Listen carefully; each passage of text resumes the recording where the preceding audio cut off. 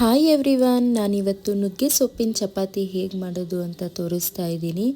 ಹಾಗೆ ನಾನಿಲ್ಲೊಂದು ಪಾತ್ರೆಗೆ 3 ಕಪ್ ಆಗುವಷ್ಟು ಗೋಧಿ ಹಿಟ್ಟು, ಹಾಗೆ ಅದಕ್ಕೆ ರುಚಿಗೆ ತಕ್ಕಷ್ಟು ಉಪ್ಪು, ಹಾಗೆ ಸ್ವಲ್ಪ ಖಾರದ ಪುಡಿ, ಗರಂ ಮಸಾಲ, ಹಾಗೆ ಸ್ವಲ್ಪ ಜೀರಿಗೆನ ಹಾಕ್ಬಿಟ್ಟು, ಹಾಗೆ ಕಟ್ ಮಾಡಿ ಇಟ್ಕೊಂಡಿದ್ದಂಥ ನುಗ್ಗೆ ಸೊಪ್ಪನ್ನು ಸಹ ಹಾಕ್ಕೊತಾ ಇದ್ದೀನಿ. ಇದನ್ನೆಲ್ಲ ನೀಟಾಗಿ ಒಂದು ಸತಿ ಮಿಕ್ಸ್ ಕೊಟ್ಕೊಂಡು, ಹಾಗೆ ನಮಗದು ಎಷ್ಟು ಬೇಕೋ ಅಷ್ಟು ನೋಡಿ ನೀಟಾಗಿ ಚಪಾತಿ ಹಿಟ್ಟಿನ ಹದಕ್ಕೆ ಕಲಿಸ್ಕೊತಾ ಇದ್ದೀನಿ ನೀರು ಹಾಕಿ.